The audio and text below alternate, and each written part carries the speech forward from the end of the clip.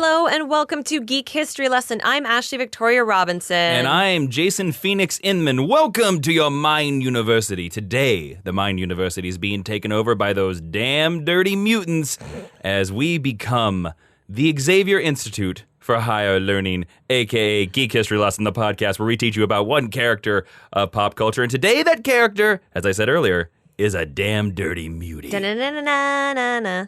Is that the mutant theme song? Yes, it is All Mutants theme song since 1992. Yeah, probably. I don't know when that cartoon started, 92 guys. seems right. Ashley, who are we talking about today? We're talking about the one, the only, the redheaded Jean Grey, a.k.a. Phoenix, a.k.a. many other things. A.k.a. Marvel Girl. Yes, that's true. Oh, we should bring back Marvel Girl. Well, I mean, she sort of is back. I mean the name, not the character. Why are we talking about Jean Grey this week? We are talking about Jean Grey this week because X-Men Gold and X-Men Blue are dropping, and Jean Grey is an integral part of one of those books. So we thought, hey, people have been wanting to do Jean Grey for a while. We can't believe we haven't done it. Let's do it right now. We thought we'd time in with the comic books. We usually don't time in with the comic books. We don't get many opportunities to. Every once in a while, something epic like this happens, and you just have to. That's right. All right, let's move into the first section of this podcast. But before we do that, you out there, listeners, we don't know if you know this, but you can go to our Facebook at facebook.com/geekhistorylesson. You can go to our Twitter at GHL Podcast, or you can come to me at Twitter at Jawiin, Jawiin, or Ashley at Ashley V. Robinson, and you can request future lessons. You can be like some of these cool people that I believe Ashley's going to tell me about that requested Jean Grey. So we have a slew of TAs on this episode who have requested Jean Grey. Some of these people from the very beginning because I recognize their names. So today's TAs are Shadows of Ash. That's their Tumblr name. No, that's a good name. Swara Salih. I'm sorry, I know I butchered your name, but I love you and you're very nice on Twitter. We can guarantee that we will butcher your names. We will. Kevin14 and Colt Smith. Bless all of you and your love for Jean Grey. I wonder if that Kevin killed the previous 13 Kevins. We can only hope. He also spells Kevin with a 3 in it. So you know he's real smart. Wow, he probably killed 26 Kevins then. 26 Kevins. All right, cool. Brutal. All right, so let's move into the first section of our podcast on Jean Grey, the 10-cent origin, where Ashley is going to give you a Cliff Notes version of Jean Grey in case you ever go to a cocktail party at the Hellfire Club and Sebastian Shaw is like, hey, in Tremors, I'm Kevin Bacon, but sometimes I'm asking you about Jean Grey, like right now. You know what to say to him so he doesn't kill you right there. You know what his theme is? Footloose. That's right. I knew I could get another musical joke in. So, Jean Grey is, of course, a Marvel Comics character. She is a human mutant, and she is actually an Omega-level mutant. Now, in case you don't know what that means. Hey, Ashley, I don't know what that means. That's very likely. Allow me to explain. An Omega-level mutant is one of the most powerful genetic potentials of mutant abilities. The term was first seen in a 1986 issue of Uncanny X-Men number 208. So this was a Claremont, Chris Claremont It invention. is a Chris Claremont. Okay. But was completely unexplained beyond the obvious implication of it referring to an exceptional level of power. The term has not been seen again until the 2001 limited series X-Men Forever. Some abilities depicted by mutants described as Omega level include immortality, extreme manipulation of matter and energy, high psionic ability, strong telekinesis, and a potential to exist beyond the boundaries of the known physical universe. No firm definition has been offered in the comics beyond that. Examples of mutants that have been confirmed as Omega level are Phoenix, aka Jean Grey, Quentin Quire, Vulcan, Rachel Summers, Iceman, Legion, Elixir, Franklin Richards, and Psylocke. Some of those people in there, of course, is Kid Omega, Quentin Quire. You also mentioned Vulcan, who is the third Summers brother. Yes. Legion is David Hayter. Who you may know from TV. The TV. He's Professor X's son. Yes. And Franklin Richards. And Franklin Richards favorite is of Mr. Jason. the son of the Fantastic Four. Yes. So Jean Grey first appeared Not all four of them, just Mr. Fantastic and Sue. Just want to clarify that. Now it is all four. I mean, he's not made of genetic material of all four of them. One never knows. He could be the Super Skrull. I'll just move on. All right, back to the 10-cent origin. Her first appearance was in X-Men number 1, published in September of 1963. And she was, of course, created by Stan Lee and Jack Kirby. Yay, like everyone that you love. The kings of comics. True. Her full name is Jean Elaine Grey Summers, a.k.a. Jean Grey, Marvel Girl, Red Dayspring, Red Genie, Miss Psyche, Marvel LaFay, Phoenix, Dark Phoenix, White Phoenix of the Crown. So there's a theme here, I think, that you can tell, the color red.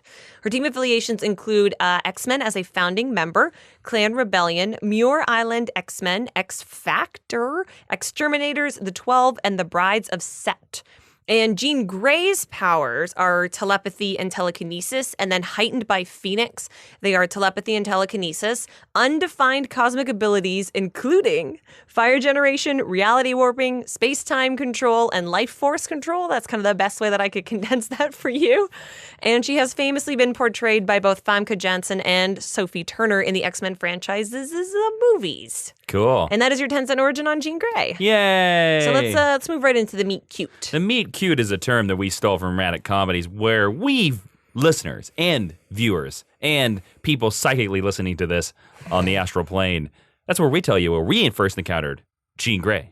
Ashley. Yes. I have a prediction about where you predicted or where you actually first met Jean Grey.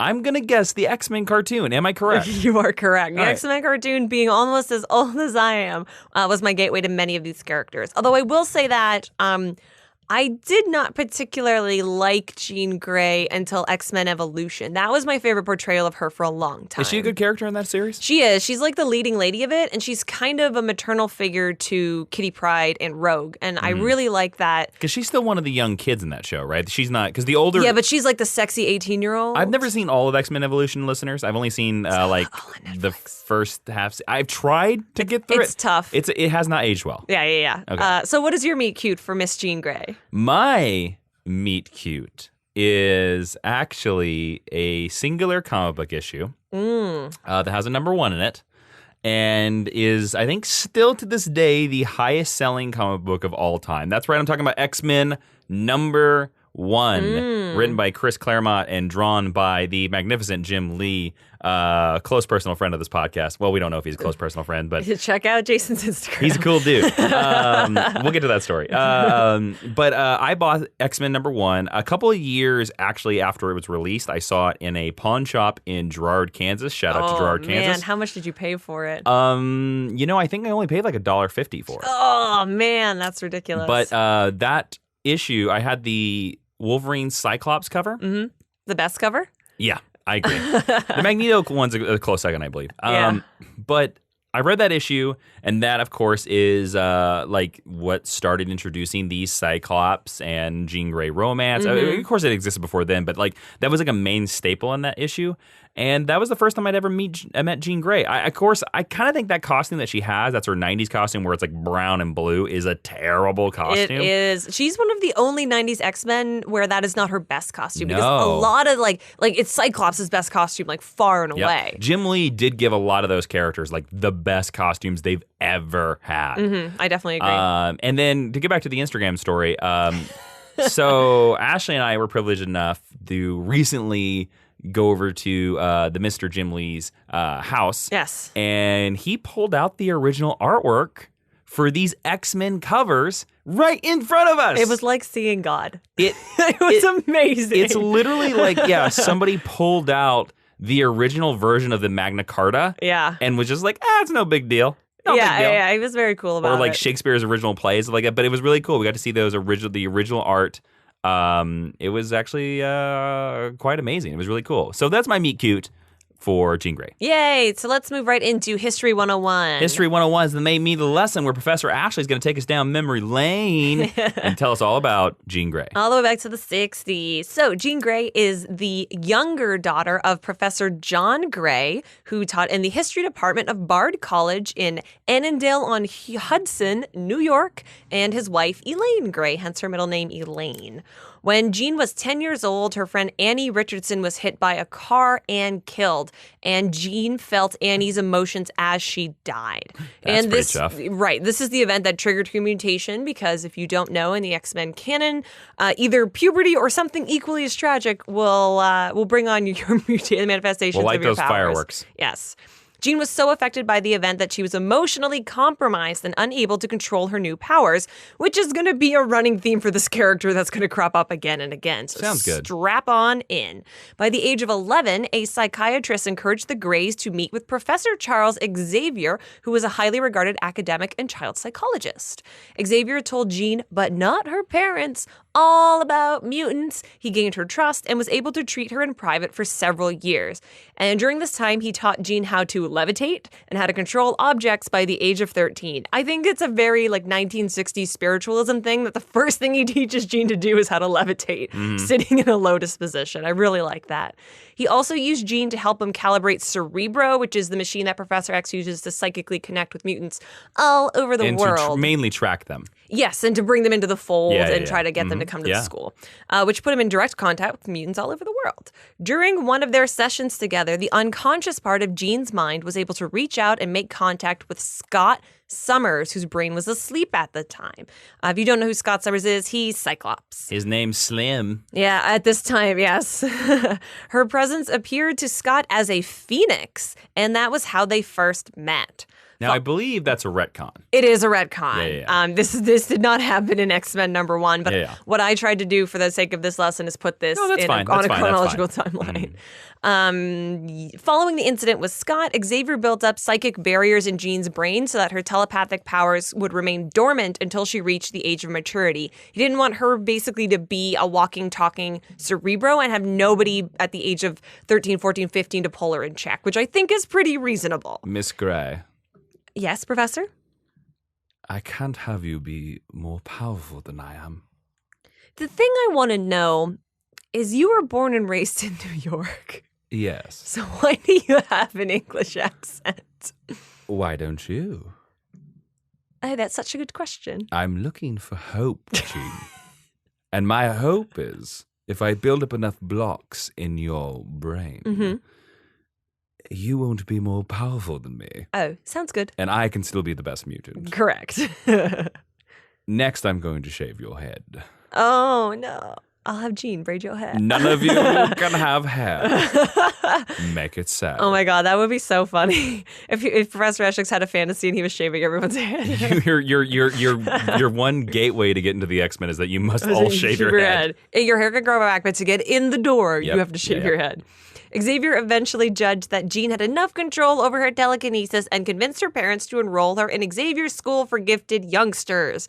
Fun fact, Jean Grey was the first student to ever enroll in the school.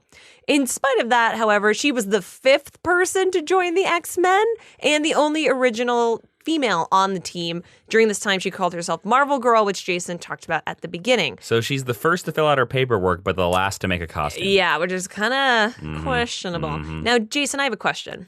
I might have an answer. Can you name all of the original X-Men? Yes, I can. Cyclops, Iceman, Angel, Beast, Marvel Girl, Professor X. Well, yeah, if you want to count Professor X. I knew you could do that. And the original X-Men were taught exclusively by Xavier, including combat training in the Danger Room to combat threats posed by humanities by evil mutants. From the earliest days, Jean harbored romantic feelings for Scott Summers because he's a dreamboat. Tee-hee. Who returned her feelings but lacked the social graces to be able to tell her. And he harbored fears that if he admitted his feelings for Jean, that his optic blasts would harm her and he wouldn't be able to control them. Now, everybody out there, we did a Geek History lesson on Cyclops, and if you're wondering if this sounds a little strange, Cyclops had a very tumultuous teenager years. Yes, he had control issues. Yeah, and he also, his parents were stolen away from him, and he lived in a creepy orphanage with Mr. Sinister. Yeah. So, if you're wondering, why couldn't this guy make the moves? Well, if you had 10 years of living with Mr. Sinister in an orphanage, you'd be a little messed up. You'd be a little messed up, too. So go find that over at geekhistorylesson.com. Taught by Jason. And Warren Worthington, a.k.a. Angel, also harbored feelings for Jean, and Scott felt intimidated by the wealthy heir, which also kept him from revealing his feelings. When Jean graduated from Xavier's School for Gifted Youngsters, she went on to attend Metro College. not a real college. Oh, it's not? No. Okay. I mean, there are colleges called Metro College. This one is fictitious. Okay. Only remaining a part-time ex-person while she studied. She eventually returned to being a full-time member as an adult and finally started dating Scott. So she's like probably like 19, 20-ish? She's probably 21 or 22. She's in college. Yeah. Then an alien race known as the Xenox. It's Z''N''O''X. I don't know if I've ever... I know exactly what alien race you're talking about. I've never heard it spoken. I've never heard it spoken either. So I'm saying Xenox because it's the thing that my brain makes sense. So the Xenox attacked Earth. Xavier released Jean's telekinesis in order to fight this threat while simultaneously going into hiding and replacing himself with a shape-shifting mutant known as the Changeling. Yes, also in future will be known as Morph. Yes. Only Jean knew the truth, and when Changeling was killed, the X-Men assumed that their mentor and father figure had died. The X-Men were then ordered to disband by an FBI agent named Fred Duncan, and so Jean went off to become a model. That sounds about right. Like the FBI just is like, hello? yo, FBI, Oh, hi, X-Men. disband. Okay, I'm gonna be a model now. Yeah, like they just took it so easy. Yeah, which is it's sort of funny because Starfire of the New Teen Titans also is a model. So I guess if you're a redhead, Was Poison Ivy ever a model? No, she was a doctor. No, she was a scientist. Yeah, that's weird. But she's sexy, so she could have been a part-time model. She was missing out. Yeah, there you go. But she quit being a model when the team came back together to battle Mesmero and a robot version of Magneto. Yeah, Mesmero. Sure. I've never heard of Mesmero before I did this research. He's a brotherhood of evil mutants. He's one of Magneto's cronies. Oh, well, there he you makes you see illusions. There you go. Yeah. The Xenox aliens finally attacked Earth fully, and Xavier and Jean admitted to the rest of the X-Men that he wasn't actually dead, and they were able to band together and save the world as a team. Yay! Now, a lot of these early X-Men adventures are Xavier emotionally abusing his young team, I think as illustrated by this story. And Jean is often the person that helps him in acts of deception, making her questionable whether you want to trust her or not. There's something to be said. Professor X is very... If you read the original, 100 adventures of the Uncanny X-Men... He's a crazy person. He is, and he kind of takes advantage of these kids a lot. Xavier sometimes doesn't have their best interests at heart. He's a very much a needs of the many outweigh the needs of my team. He's also a master manipulator, Yes. and that may be because of his telepathy, but probably. he is, and that's something that the Ultimate X-Men storyline by Mark Miller, when they kind of retell some of these stories, really hits on, is everybody's like, are we sure we're thinking what we're supposed to be thinking? Because is the professor making us think that? Yeah. Yeah. This pure form that I think many contemporary readers think of him kind of came about in the 90s? I was going to say post-90s? It's mainly from the cartoon. Yes, I would agree. And the movies, definitely. Then the X-Men go on a mission to space, where all X-Men stories should take place, with the Fantastic Four, because why not? And they decide that they're going to defeat the Xenox aliens once and for all, and this is where Jean first encounters the Phoenix Force. And since the endless... Is that our Phoenix sound effect? Yes. Okay. I'm going to say yes. And for the first time, sense the endless potential of her subconscious. Now, Jason, do you know what the Phoenix Force is? Many eons ago, there was a fiery bird who had special powers and could only seek out redheaded girls to give them their special powers. And when they took on the special powers, they as well got a very skin-tight green costume that had a bird on its bosom, and they had fire powers, and then they became the Phoenix. You're not wrong, but I don't know if you're right. Okay, cool. So the Phoenix... I apologize for that overly long explanation. I don't. Okay. The Phoenix Force is an immortal and mutable manifestation of the prime universe force of life and passion. Oh, that old thing. Born of the void between states of being, the Phoenix Force is the child of the universe. It is the nexus of all psionic energy, which has, and ever will exist in all realities of the multiverse, the guardian of creation, and the dangerously powerful Macron crystal.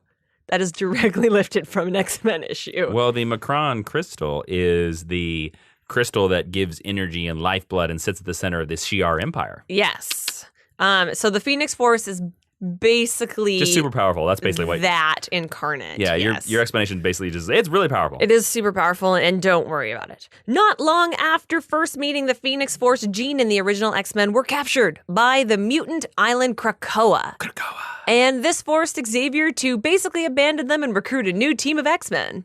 When she returned along with the rest of her team, Jean refused to rejoin, but due to her relationship with Scott, she was always kind of around. Yep. Those are some weird issues. Like they are very strange. She's not on the team, but she's constantly like going out on dates with Scott. Yeah, she's basically Scott's girlfriend for those issues. Yeah. A very important X-Men character was a part of this team and introduced at this time, and that is Wolverine, who has always harbored feelings for Jean. Secretly, she likes him back. Ah, the skunk bear. Yes. If you want to get that reference, go listen to our Geekish lesson, our 2-part Geekish lesson on Wolverine, and also then go buy the T-shirt. You can go check out our Teespring store where we have the Pride of Illegitimate Skunk Bears T-shirt. Yes. Go pick it up. During this time as well, Jean formed a close bond with Storm, who was also one of these new school of X-Men characters, and became roommates outside of Xavier's school with Misty Knight, because sure. Hey, cool. I think it's cool. It's never brought up again, but it's cool. Hey. Then she was kidnapped by Stephen Lang's Sentinels and brought back into space. When escaping back to Earth, the cockpit of the vessel that she was in was insufficiently shielded, and Jean sacrificed herself, stealing the abilities from the pilot in order to pilot the ship herself, absorbing dangerously high amounts of solar radiation and energy, and beginning to die as they were crashing back towards Earth. However, the Phoenix Force that she met the last time she was in space sensed Jean's telepathic cries for help and offered her, quote, her heart's desire, end quote, if she merged with it. And so, of course, she did. Jean then fell into a coma, and the Phoenix Force took on her form, memories, personality, and consciousness, hiding her body in a cocoon at the bottom of the lake to heal. Now, this is, of course, the very famous Dave Cockrum cover where you see Jean Grey coming out of the ocean. And all the X-Men are like, oh, what is going on? Yeah, it's kind of a recollection of the Botticelli painting of Aphrodite's birth. Yes. And of course, we talked a little bit about this in the Cyclops episode. The Jean Grey not really being the Phoenix, Jean Grey being comatose at the bottom of the ocean, again, is a retcon yeah. that allowed them to bring Jean Grey back to life. Because it's gonna happen a bunch of times. She's gonna die. So the Phoenix Force saved the X-Men and surprised them by emerging from the wreckage unharmed, claiming to be Jean. And they were all like, oh, this is so great. Jean remained in her cocoon at the bottom of Jamaica Bay while Phoenix took her place on the team and in her relationship with Scott. So this is where things are going to start to get more complicated. Sure. Phoenix did a bunch of crazy things during this time, including blocking Scott's optic blast, allowing him to see Jean for the first time. And this is a scene that's directly lifted in X3 and like one of the only good moments of the movies. You can find this image on Google as well. It's a great looking image. Yeah, where Scott just has red eyeballs. I think it's probably the nicest thing Phoenix has ever done. While working for the Hellfire Club, the evil mutant mastermind corrupted Phoenix, and she became Dark Phoenix and got her own saga and soared through the universe, devouring stars and planets, including slaughtering 5 billion inhabitants who were just living their lives. Yeah, they're little green bug creature guys. Yeah, they're not very humanoid, but it's very sad when they die. When Dark Phoenix returned to Earth, she threatened to kill everyone and could only be stopped by the power of Charles Xavier. So, of course, he did because he's a good guy. Then Scott proposed to Phoenix when she had restored and she was friendly again. But before both of them were teleported away by the Shi'ar, who wanted to put her on trial for the death of their citizens. Their attack ultimately triggered her into becoming Dark Phoenix again and destroying a bunch of aliens. Ah, damn it. She was unable to control the dark hunger and committed suicide to keep from hurting anyone again. However, when she died, part of the Phoenix Force took over a genetic clone of Jean called Madeline Pryor. Madeline Pryor, Cliff Notes, is a failed experiment by Mr. Sinister. If you want more on her in depth, you can go and request a lesson. But we're gonna talk a bit about her. Yeah, but we also talk quite a bit about her in our Cyclops Geekish lesson. Yes. Again, Cyclops and Jean Grey have such an intense and they cross over their history so much that in the Cyclops episode, of course it makes sense that we talk so much about Jean Grey and Madeline Pryor. Yes. Now, Madeline was granted some of Jean's memories, and she returned to Xavier's School for Gifted Youngsters, where she met up with Scott because she had been programmed by Mr. Sinister to fall in love with him. Scott initially suspected that Madeline was the reincarnation of the Phoenix, and he didn't like that, but he soon accepted her as a clone of Jean Grey, and they got married. He's like, close enough. Basically. Yeah. Together, they had a son named Nathan Christopher Charles Summers. And he's going to come back into this lesson. Oh, yes, he will. Now we're going to talk about X Factor. Yay! It's not the X Factor theme song. You gotta be more extreme. Months after Phoenix suicide, mere months, the Avengers found Jean's cocoon at the bottom of Jamaica Bay and brought her to the Fantastic Four, where she emerged with amnesia. And she's like, I don't know what's happening. She'd lost all of her telepathic abilities, although her telekinesis was stronger than ever. And she kept her return secret from the X-Men because she didn't know if they would accept her back. Because, you know, the X-Men, if they're one thing they can't do, it's accept people for being different. They also, if there's one thing we've learned from X-Men history, it's that they never accept clones with sarcasm. Scott eventually learned that she was alive, and he abandoned his wife, Madeline, and his baby, Nate, to be with her. Yes, and you can learn more about Cyclops being a deadbeat dad in our Cyclops episode. Yeah, this is actually like Scott at his saddest. It is. It's kind of one of the worst things he's ever done. When Jean returned to Xavier's School for Gifted Youngsters, she was shocked, I say shocked, to learn that they were working with Magneto and had abandoned what she thought their mission should be. So, along with Cyclops, Beast, Iceman, and Angel, she founded a new team called X Factors, although the media referred to them as the Exterminators. Mm-hmm. And they even had an X Factors complex on a different campus where they trained young mutants to use their powers. This is also the period of the time where they worked for the government, and the X Factor team actually didn't reveal to the government that they were mutants. Yes, that is true. But they were supposed to, they were pretending to be mutant killers. And I think it's really interesting that basically you have the original class of X-Men building their own school to teach a new class of X-Men. I like that. X-Factor spent a lot of time battling Apocalypse and his alliance of evil, and he is considered to this very day to be their most important foe. Sure. During this time, she also began growing closer with Scott once again, and the pair even returned to the place on the moon where Phoenix had committed suicide and confessed their renewed feelings for each other. Now, listeners, if you don't want Jason and I to have to go back to the moon to where one of us maybe committed suicide, you should head on over to patreon.com/Jawiin, Jawiin, and check out all of the cool stuff that we have there. We went to the moon. We created a ton of exclusive content just for you, including the Geek History Lesson Extra podcast, where today we are going to discuss who's the most powerful Omega level mutant. You can get all kinds of cool stuff there. Donate a little bit our way. Help keep our X Factor complex running. And we will be able to bring you more amazing geek history lessons. Yeah, everybody over there. We want to thank you so much to everybody who helps support the show over there. And we just want to say that, we're really hoping to push the site forward and push the podcast forward. And we can only do that with your support over there. So if you listen to Geek History Lesson every month and you so far haven't helped out over the Patreon, that's no big deal. We understand that, sometimes times are tight. Oh, yeah. But if you were just to donate $1 a month, $1 a month, that's 25 cents per episode. That is a steal, and you have no idea that $1 makes such a big difference. It's monumental. It is huge. So go on over there, help the podcast, help us out, keep the lights at the Mind University, and make sure that we can return to the moon just in case we don't ever want to commit suicide by laser again. Exactly. And thank you so much to everyone who has already donated and to everyone who is going to in the future. Patreon.com/Jawiin. So the next time Jean Grey pops up is in this little thing called Inferno. So following the death of Madeline Pryor, Scott and Jean team up to find Nate because he's gone missing. And they return to the orphanage. Cyclops' son, Nate. Yes. And they return to the orphanage where Scott grew up. That's really creepy, and Jason alluded to it earlier. There they discover a lab full of children that have been grown in pods, and Jean was able to find Nate by connecting with him telepathically, although she was unable to prevent a bunch of demons from stealing him away from them. Makes sense. Of course. X-Factor later teamed up with the X-Men in order to defeat Nastir, N''Astrih,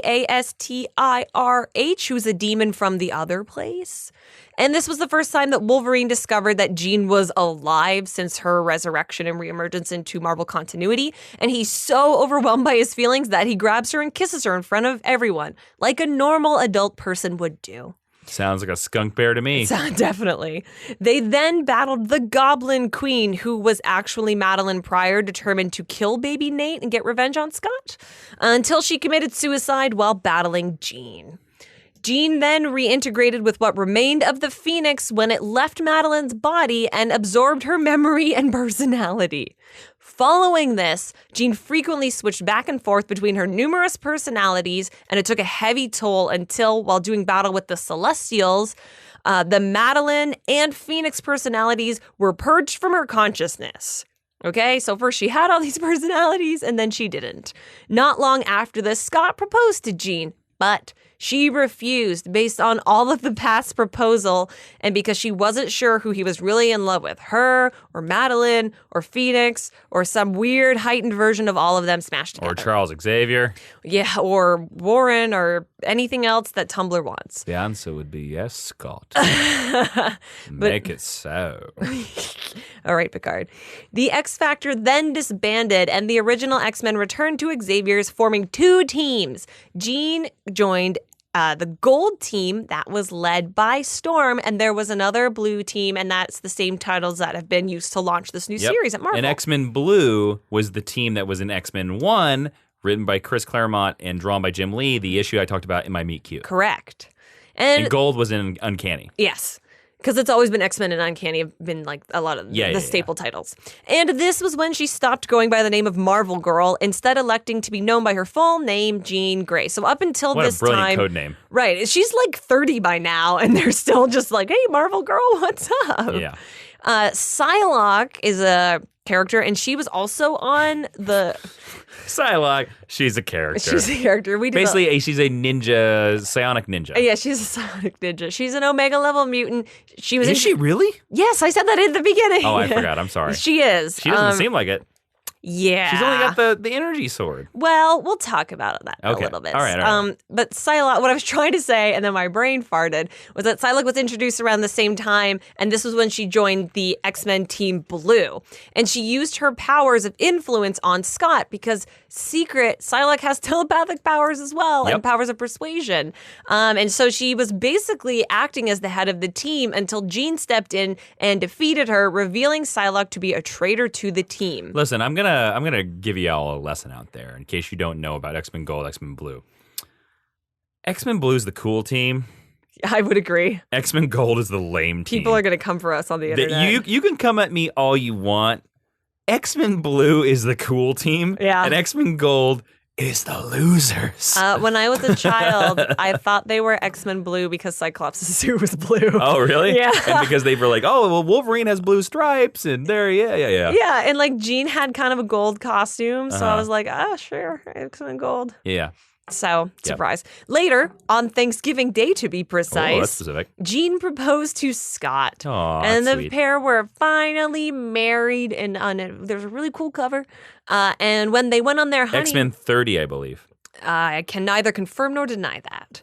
They were married and they went on their honeymoon in St. Bart's, which is a real place. Their consciousnesses then were transferred 2,000 years in the future by an elderly Rachel Summers, who's their daughter.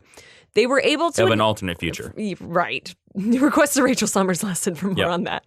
They were able to inhabit cloned bodies, and they raised Scott and Madeline's son, Nate, when he first arrived there, and they were able to raise him under the aliases Red, with 2 Ds, and Slim Dayspring. Yep, that is one of my favorite stories that takes place in the adventures of Cyclops and Phoenix. It's so good. It's a really good storyline, written by Scott Lobdell.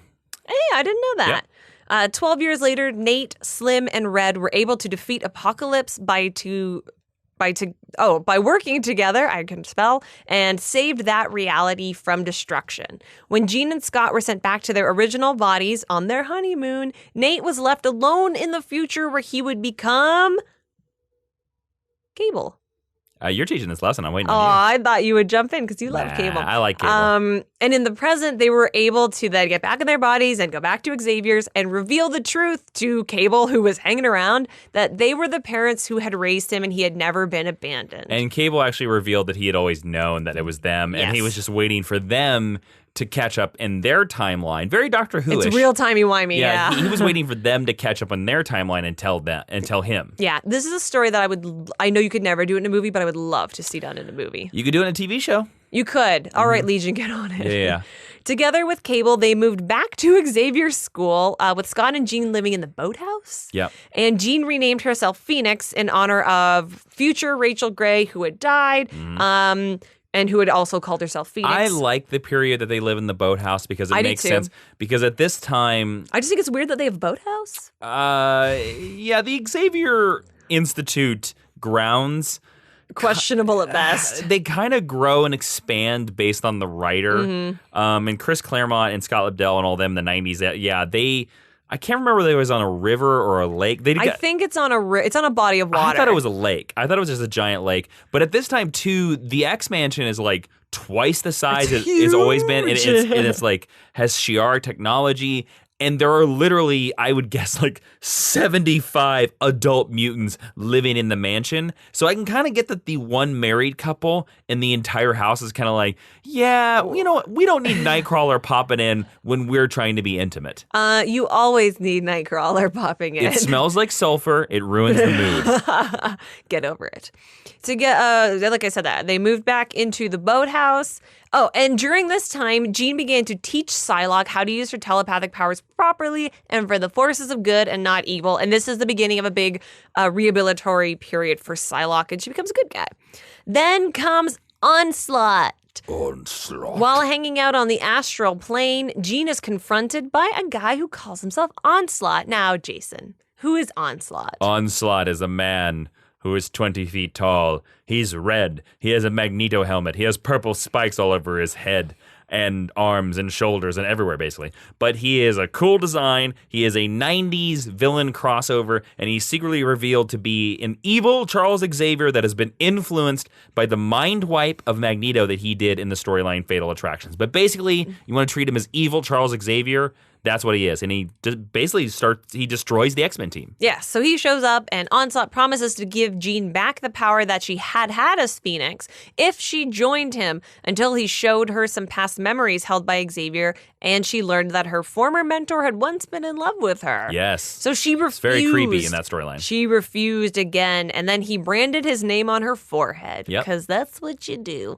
Eventually, Jean learned that Well, the cool thing about that, I just want to tell you, because I love that issue. I know you do. So Onslaught, I believe that issue is the first time that you physically see Onslaught. Now, Onslaught had been mentioned for about a couple years before then. Like, villains had said his name. Like, certain enemies had been like, I work for Onslaught. And nobody was like, who's Onslaught? Who's Onslaught? So you see him, and there's a stunning, I think it's a double-page spread where he's standing in front of her in the psionic cloud. You can also find this by Googling Onslaught. Yeah, in the astral plane or whatever. And then he talks to her the entire issue, and she's like, and eventually, he never says his name. And then I believe she's like, who are you? And then that's when he and then when she wakes up in the real world, her head says Onslaught. Yes. Eventually, Jean learned that Onslaught was, in fact, Xavier under a psionic muzzle. Onslaught defeated the X-Men, causing Jean to send out an SOS to other X-teams and warning them about a betrayal in the ranks. And part of this message even lingered and reached Bishop all the way in the far future. Now, let's explain that. Now, Bishop is an X-Men character who traveled back from the future trying to find what has been called for years the X-Men traitor, the person that was responsible for killing all the X-Men. For the fall of the X-Men, yes. And the reveal in Onslaught was that message that Jean Grey sends out is the message that Bishop saw all those years in the future. And that's why he's come back in the past. Yep. / present For the longest time, everybody thought it was Gambit. Oh, really? Yeah, because in the future there was I didn't know that because I wasn't reading it at the time. In the future there was this man called LeBeau. Yeah. Of course. And Gambit is Remy Remy LeBeau. LeBeau, yeah. And so everybody was like, "Oh, it has to be him because he's the only one that survives." Psych, Gambit's not that interesting. But no, it's revealed to be Onslaught. Yes. It was revealed that Onslaught was born from Xavier attempting to mind wipe Magneto, but when he was defeated, he was left powerless and arrested for his crime. This left Jean and Scott in charge of the X-Men as co-headmasters, and I love this idea. Yep. And also, just to let you know, this is the period of time where the Onslaught seemingly killed the Avengers and Fantastic Four. Yes. After this, Jean started wearing the same costume that Phoenix had used, and Scott grew concerned that Phoenix would be returning once again. But she lost her powers during the Psi War, and his concern faded away, and he forgot all about it. Jean and Scott then returned to be the regular X-Men team at the request of Storm, who was concerned about Xavier and whether or not he was fully rehabilitated. This was when Apocalypse was trying to grasp cosmic rulership by assembling the 12, and the 12 are a group of mutants that determine the fate of their kind, according to Apocalypse, including Scott, Phoenix, Iceman, Xavier, Storm, Magneto, the Living Monolith, Bishop, Polaris, Sunfire, Mikhail Rasputin, Nate Gray, and Cable. This was also a prophecy that had been kind of hinted at through X-Men storylines for several years, the idea of the 12. And Apocalypse's ultimate goal was overtaking the physical body of Nate Gray. Now, we have to explain real quick, because we've talked about this a couple times, and every time we come to it, we got to explain who Nate Gray is. An alternate reality version of Cable. Cable is Cyclops and Madeline Pryor's son. Now, Nate Gray is from the Age of Apocalypse universe, this alternate reality where Apocalypse ruled all. He is a 20-ish, 21, 22-year-old kid. And unlike Cable, he was never infected by the techno-organic virus that stunts Cable's powers. So he is he's an Omega level. He is, to be honest with you, well, we'll talk about this more in our Geek History Lesson Extra, but like in all settings of this time, he is the most powerful mutant. Easily. So they were each wired into a machine to feed their energies into Apocalypse's body to transfer his consciousness into Nate's physical form. Scott seemingly sacrificed himself to save Nate, and only Jean could psychically sense that he was still there, and she convinced Cable to join the X-Men in honor of his father. Back with the X-Men, Jean continued to help Psylocke after the Psi War and wound up switching powers with her. This caused her telepathy to disappear again and her telekinesis to ramp up, which is the same thing that happened when she was overtaken by the Phoenix Force, although this time it caused her to manifest Phoenix Raptors. So she had like little tiny Phoenix Raptor projections. This is a period of X-Men history that is best forgotten because this is when Chris Claremont returned to the title and didn't do such a good job. During this time, her astral form appeared with a phoenix symbol over her right eye as well. Yeah, okay. Next, Prosh, who's a ship AI, invited Jean to join a team to fight the Stranger, who's a cosmic entity, and he sent her mind back through time to revisit key moments for research. Jean had to relive her near-death experience on the shuttle when she first merged with Phoenix, her time inside the cocoon, Phoenix dying, and talking to Death in the afterlife. And there, Death told Jean that Phoenix chose her because she hungered for power and scared the fundamental forces of the universe, and that she had an unlimited potential for growth and strength. And in the end, the four mutants were able to defeat the Stranger and free Jean. She then joined Cable in Egypt, where they were able to locate Scott and bring him back to the X-Men. Yay, the family's back together because again. He had been possessed by Apocalypse during this time. Yes. Yeah. Immediately after that, Jean underwent a secondary mutation and her telekinesis returned. A secondary mutation is basically when the X-Men writers want to give you a new or heightened power that they'd never thought of before. And this is a concept that was introduced by Grant Morrison during his new X-Men run that really hasn't been referenced since. But during this time period, a lot of new other mutants got a secondary mutation, including Emma Frost. She was previously only telepathic, and then she got her hard diamond form as well. It's basically a way to give mutant power characters two powers instead of one. Yeah, and usually you see this manifested with Beast, where they want to give him a new, uglier design. Yeah. Now let's talk about the new X-Men that Jason just alluded to. Yeah. Xavier was publicly outed and forced to go into hiding, leaving Jean once again as headmistress of the school. Scott rejoined the X-Men, but he became more grim and serious. This is post his Apocalypse. After his encounter with Apocalypse. He had serious PTSD, people. Yeah, and his marriage to Jean became strained. She expressed her confusion to Logan, and they kissed in the woods outside the school like a bunch of teenagers rather than people in their 30s, and this didn't help. And so Jean focused on her responsibilities and evolving powers, electing to ignore Scott and her tumultuous feelings. Then they were attacked by the U-Men, who are basically a bunch of anti-mutant terrorists. They're humans that wear armor and they want mutant powers. And Jean and the students defeated them, with Jean manifesting a giant phoenix raptor. She then discovered that Scott had been having a telepathic affair with Emma Frost, who also underwent a secondary mutation like Jason talked about, who claimed to have been counseling him and working on his relationship with Jean. Emma was then shot in her diamond form and almost killed by one of the Stepford Cuckoos named Esme. And although Jean was originally a suspect in her shooting, she repaired Emma on a molecular level and saved her life using medical knowledge she gained from tapping into Beast's consciousness. After this, Jean and Wolverine were tricked by a Magneto imposter, Zorn. No. I'm sorry. I only say no because the Magneto imposter Zorn is a retcon that I don't agree with. But we'll continue. Well, it's in the comics. For the time of this story, for if you don't know, in New X-Men, they introduce a new character that joins the team called Zorn. Yes. He supposedly has the power of 1,000 suns inside his head. He wears this helmet. Yeah. It is eventually revealed that Zorn is Magneto, who joined the team to take the X-Men down. Mm-hmm. Now, during this storyline, as we're going to talk about, this Zorn character tricks Jean Grey and Wolverine onto Asteroid M. Yes. Although at the time, Wolverine and Jean Grey don't realize it's Asteroid M, and he sends the asteroid hurtling into the sun. Yes. Now, I will let you talk about the Jean Grey stuff, but really quickly back to the Magneto stuff. Yeah. Because of the thing that happens on the asteroid, which Ashley will tell you about, Wolverine kills Magneto. Now, obviously, the Marvel editors were like, we can't have Magneto be dead, so they introduced a retcon saying Zorn wasn't Magneto. He was this other mutant named Zorn. Even though he was always Magneto. Now, yes, if you reread New X-Men, every clue, there are lots of clues that Zorn is Magneto.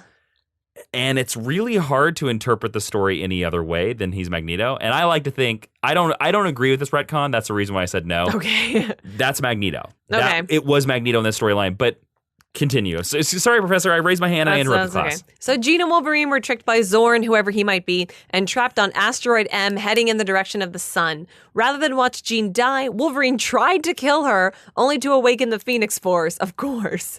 It was her idea, actually. Yes. She was able to return Wolverine to New York before Zorn killed her with an electromagnetic pulse. She then used her last moments to reach out to Scott and urge him to live on without her. Mm-hmm. The Phoenix Force did seek out Jean again in her grave, of course, but she refused to be resurrected, and she fought the Phoenix Force. The Phoenix Force reminded her that in the past she had used its powers to save Scott, and Jean attempted to reach out to Wolverine this time and warn him about the Dark Phoenix powers and that they might be showing up again. It took hold of her, and she physically battled Wolverine, forcing him to kill her multiple times in a story called Phoenix Endsong. It's not a good story. It's not, but it's a thing that happened. And in the end, she did die again and went out into the world to collect the broken pieces of the Phoenix Force, protecting the rest of the world from it. Jean remained dead until her original Marvel Girl 16-year-old self was brought into the contemporary 616 timeline in All New X-Men. All right, let's put a pause right here. Okay, so the Jean Grey from the 1960s has been dead since the finale of New X-Men in 2003 or 4-ish? Ish, yeah. 5-ish? Yes. Somewhere in there? Okay, so she's been dead for 20 years. Now, in this... No, for 10 years. 10 years. Excuse me. Sorry. 20 years. We're not that old yet. Okay. 10 years, excuse me. The Phoenix Force messed with my head. Sorry. I know. But versions of her will crop up here and there. Yeah. But the original version of Jean Grey, yes. been dead for 10 years. And now we are being introduced to a new version of Jean Grey. Yes. You may remember Marvel Now, Yes. circa 2013. There was a really cool book called All New X-Men. So the conceit of All New X-Men is that Beast is undergoing like his 700th mutation. Yeah. And it's killing him. And the only person who can help him is a younger version of himself, which I think makes sense, sort of. I think it's a really interesting concept. I think it's a good enough reason. They go back in time, they pluck the original team. The original five. Yep. They bring them to the future. And during this time, there was a bunch of crazy Cyclops stuff going on. So having the purest, most condensed form of these characters show up with all these characters that had lived through this complicated timeline, I thought was a really great storyline. And the person who screws things up the most is Jean Grey, because everybody suddenly reveals that they had feelings for her, including Beast. And they put the young Jean Grey. The young Jean Grey. This is a version of Cyclops, Jean Grey, Iceman, Beast, and Angel that are probably like 15, 16 years old. It's 16 max, yeah. And at this time, it was post-Avengers versus X-Men. Yes. So Professor X is dead, basically killed by Cyclops. Everyone on hates accident. Cyclops. And Cyclops is leading the Brotherhood of Mutants with Magneto by his side. Yeah. He's very extreme in and this. Wolverine is leading the X-Men. Yes.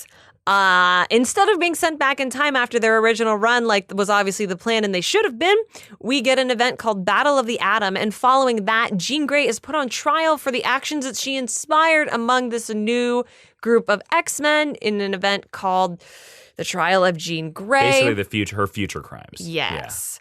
Yeah. And now she's on X-Men Blue. I don't want to talk about this in too much depth because it leads directly into basically where Jean Grey is now. But she comes back from the past and messes everything up, and everyone's in love with her. And so this young 16-year-old version of Jean Grey is kind of hopping around the Marvel Universe right now, and she really hasn't done anything of consequence. She hasn't. She's gonna get her own title as well, called Jean Grey. Yep, she is. But since she's not, she sort of is the original Jean Grey, but she's not. She is the original Jean Grey, but she will, it's that thing where have you destroyed the timeline so irreparably because now none of the Phoenix stuff's going to happen. All those children are never going to be born. You're never going to marry Scott. I want to help your lesson a little bit. Please. Because I read a little bit of Extraordinary X-Men, or one of the X-Men titles are being published right before X-Men Blue. Uh-huh. And they reveal in it that Beast, the young Hank McCoy, has been looking into sending them back. Yes. And he reveals that now the timeline is so fractured that it's impossible for them to go back. So now these young X-Men are stuck here. Yeah. They should have gone back right before Battle of the Atom because that was the peak. Look, if you guys want to know more about young Jean Grey, then we'll let you do the research yourself. But we feel the best Jean Grey died in New X-Men. Yes, we do. Yeah. And there's your history of Jean Grey. Woo! Thanks for coming along for the roller coaster ride. All right. Next, let's move on into recommended reading, where Ashley's going to give you some choices of some books you want to read. And if you want to read any of those, go over to geekhistorylesson.com/recommended reading. We have little widgets there. You click on them, takes you to Amazon. You can buy these books and get all the Phoenix up in your face that you need. So I'm going to give these to you in chronological of publishing date. Great. Although your reading order is up to you.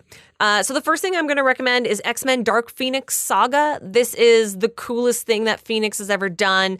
This is Jean Grey, or a version of Jean Grey at her most badass. It has a lot of really classic X-Men moments in it. We talked about a couple of them during the podcast. It's pretty wordy because it is a product of its time, but I think the story really holds up, and I think it's freaking cool. Sure. Then next, I'm going to recommend X-Men Onslaught. Oh, giant omnibus? Yes, because Jason loves it. Because this is I might go buy this myself. I love this. If you want to see Jean Grey's powers at their most cosmic-y out of control, this is, I think, a good place to start. It's an awesome X-Men event. It's probably one of the better giant X-Men crossovers of the 90s, along with Age of Apocalypse. Also, it's her versus Professor X. It is. What more can you ask It's for? her most integral contribution to a giant X-Men event. Like, she doesn't get better in a crossover than she does in Onslaught. And then last, I'm going to recommend that you pick up All New X-Men Volume 1. And then if you really like it, pick up Volume 2 and then stop. Because, again, the idea of bringing them from the past and re-examining them by contemporary writers and contemporary mores is interesting. And the first volume is really great, and Jean Grey's adorable in it. So if you want to see some great classic Marvel girl, but you can't go back to the 1963 X-Men #1, pick up All New X-Men. It's a really good first volume. Cool. All there right. you go. What's our next section, Professor? We're going to have a brief discussion. Oh, a brief discussion. Thank you, Professor. So, Jason, my question to you is, do you think that Jean Grey is the most important female X character? Because that is an assertion that a lot of people put down about her. Ooh, that's tough because I think we might have had this same discussion when we talked about Storm. We did. We had a very similar discussion. And I think we might have came down on Storm. Wow. Because I think Jean, you have to give a certain amount of credit to the original incarnation. Yeah. And Jean is the first lady. But despite, if you put the Phoenix aside and if you put her initial death aside, Jean is something that is used to complicate stories rather than bring any clarity to it. I actually, again, it's one of those things where I think Jean Grey's most important contribution is that she's died. Mm-hmm. Every time she's become important, it's been a storyline where she died. So I don't know. I kind of think it's Storm. Yeah. Of course, my follow-up is if you're going to say no, then who? I think it's going to be Storm because Storm has led the team longer. Yes. Storm was the first leader to challenge Cyclops for leadership of the team. Successfully. Storm is still leading the X-Men. Jean Grey's only led the X-Men. Well, she's going to lead the X-Men now in X-Men Blue. Young Jean Grey is. But before then, it wasn't until New X-Men. And, it was not until New X-Men. And then the weird Chris Claremont run where she was running around with Cable looking for Cyclops. Yeah. Which is best forgotten. But other than that, I mean, I think I got to give it to Storm. I really do, because I think Jean Grey's impact is that she dies. I agree. And that everybody's like, oh, she's dead. Do you think she should have stayed dead in the movies? Do you think they should not have brought her back in the very next one? How do you mean? Well, because she dies at the end of X2. Okay. And then they bring her back in X3. Do you think it would have been more impactful if she'd stayed dead for a movie? I mean, I think almost anything would have been preferable to X3 The Last Stand. Well, let's pretend it was a good movie. X3 The Last Stand? Yeah. Or we got a better version. Well, then wouldn't that answer your question that she should have returned? Well, I'm asking, do you think it would have helped the story if she stayed dead? No. Because I think that incarnation of Phoenix is problematic. Yes, and that ending of X2 is so huge. It's a good ending. With the Phoenix and stuff like that. You're probably right. They could have used a movie. Mm-hmm. But I don't know if we would have ever made it to X4, to be honest with you. That's an interesting question. I don't know, because, there's the 3 is the trilogy and stuff like that. Yeah. I don't know. Yeah, let's go with your idea. I think it would have been a good idea to leave her as maybe the cliffhanger of the real X3, and then X-Men 4 is the Dark Phoenix saga. Yeah, because we've been teased with the Dark Phoenix saga as long as they've been making X-Men movies. I don't need to see the Dark Phoenix saga as a movie. Do you? I don't either. I think. Look, I recommended it for my reading. I think it is an important part of Jean Grey's history, but I think it's dated. Yeah. And I don't see what cinematic value you have there. Well, it's this thing where we've built up this, because they love to do this in superhero movies. We built up this triumvirate of characters. We built up this love triangle with these 3 characters. So, God forbid we focus on another female character. Well, it's also the problem too is that I have the problem of, and it's a problem of why I've never been a huge fan of Jean Grey. Is the simple fact is that the time that she's the best version of herself is when she's possessed by this weird alien cosmic entity. It's when she's not herself. Yeah. And it's no, she's a mutant with powers and she's pretty powerful. Let's just go with that. I think another reason why I find her a problematic character for a number of reasons, and one of the reasons why I come down on Storm as a better, more important female character, if not better, is that Jean epitomizes a female character that has to have other people tell her she needs to control herself and that she's not able to wield her powers. And we've never seen a version of Jean that's fully realized, where she's completely in control. She's always wildly out of control and struggling with her abilities, and that's sad. You see that version actually in Ultimate X-Men. True. Do. But I mean, Ultimate X-Men in the pantheon of X-Men is a blip. Yes. Well, it's 100 issues. But that's true. But you do see that, because I was actually just going to bring that up. That I think probably my favorite version of Jean Grey is in Ultimate X-Men, because they introduced this idea that the Phoenix is not this cosmic entity thing. The Phoenix is, and X3 kind of stole this from Ultimate X-Men. Yeah. The Phoenix is this personality inside her. It's actually I like that better. That is what Charles tried to blockade away. Yeah, is that like that's her true self, and that Charles was like afraid of it and put mental blocks on it. Yeah, and then like it's actually very similar to like Wolverine. Yeah. I like that idea. That's the only way I like the Phoenix. The Phoenix being this cosmic entity. I'm like, I'm sorry, everybody out there. I think it's ridiculous. I do too. And if you couldn't tell from the tone of the lesson, I don't like the X-Men in space. Yeah, I don't like the X-Men dealing with space. So to tie something so cosmic to such a street level character, which is what the X-Men are at their core, like it's soap opera, it's human drama. Yeah. Is silly, I think. But but just to let you know, there are, I think there's a storyline. There's like 6 issues where she like fully accesses the Phoenix powers and she becomes insanely powerful. Yeah, it's cool. And then I think they just kind of ignore that she's super powerful. They just kind of like, yeah, whatever. She's normal powers. Well, that's kind of what happens with Jean. They do stuff with her and then it sort of fizzles out. Yeah, there you go. All right, cool. Cool. Anything else? That's it. All right, let's move on to the teaching tweet. We're in 140 characters or less. I'll sum up everything I just taught you. Jean Grey like mind-wiped me. I forgot that you were going to summarize your lesson in 140 characters. That's okay. But please, Professor. It's tough to be around her. Go. And by the way, you can read these tweets on at GHL Podcast on Twitter. True facts. Jean Grey, First Lady of the X-Men and always voted most likely to die in the Xavier School for Gifted Youngsters yearbook. Aww. She dies like 37 times. She does. It's her most important thing is dying. Yeah.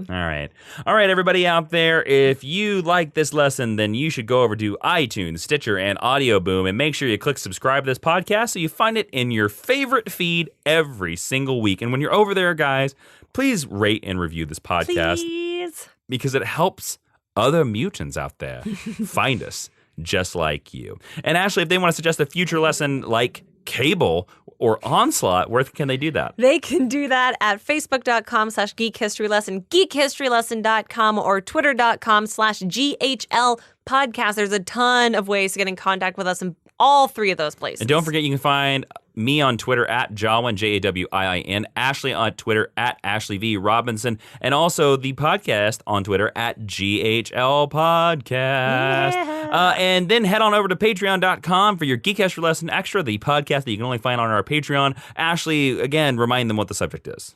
Do we think that Jean Grey is the most powerful mutant / who is the most powerful Omega level mutant? That sounds like a lot of fun. I'm Jason, wanna be a Phoenix Inman. I am Ashley Victoria Robinson. Thank you so much for listening. And my fellow mutants, we're going to have Professor Ashley please close out the podcast. Class is now dismissed. Hello? Yo, it's the FBI. Time for this podcast to be over. I'm not going to let you in because last time you made us disband. Yeah, I'm making the podcast disband. Hang on, just give me a second. I'm going to use my telekinesis and crush you with the door. First murder on the podcast.